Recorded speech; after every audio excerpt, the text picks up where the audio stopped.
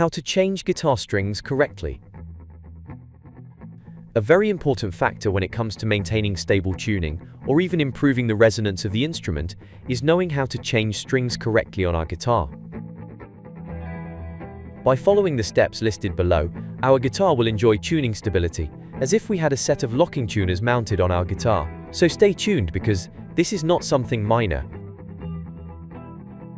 First, we must introduce the end of the new string through the bridge. After passing the string through the hole in the peg and tightening it by hand, we must leave a length of string several centimeters long, which will be the piece of string that will end up wound on the winch. It is important to leave enough string available so that it can be rotated several times around the winch. We will have to increase the number of turns as the string gets thinner. For example, for the 6th string, 2 turns are enough, since it is a string of a certain thickness, and it is more difficult for it to escape or slip slightly from the winch. For the 5th string, it wouldn't hurt to turn it at least 3 times. For the 4th and 3rd string, it would be best to leave enough length of string so that it turns on the winch 4 or 5 times. And for the 2nd and 1st string, it would be advisable to make 5 or 6 turns, avoiding that the turns are mounted on top of each other. In this way, the tension of the string is distributed over several turns, preventing the string from escaping, apart from getting the string more crowded against the nut.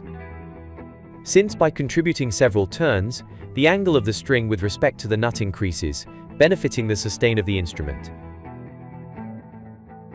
Turning the peg several turns by hand is a bit tedious to do, but to do this we have cheap string winders, which will greatly facilitate our work.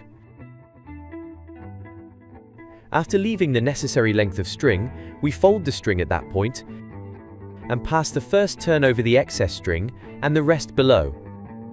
In this way, the surplus is trapped between the first 2 turns. From there, we just have to turn the peg until the string is tightened. I usually cut the 4 thickest strings flush, moving the string from side to side until it snaps, and cut the 2 thinnest ones with pliers, and bend the excess against the winch, since they are more prone to slipping or even escaping from the winch. But if you want, you can do this same thing on all the strings for safety. On the vintage Fender style tuners known as Kluson, string installation would be very easy to do.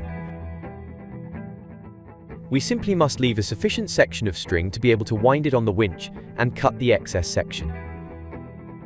Then we introduce the end of the string through the hole of the peg, and then we would only have to wind the string.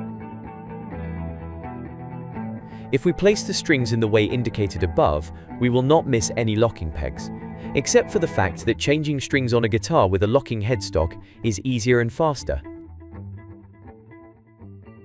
If we have locking pegs, string placement is greatly simplified.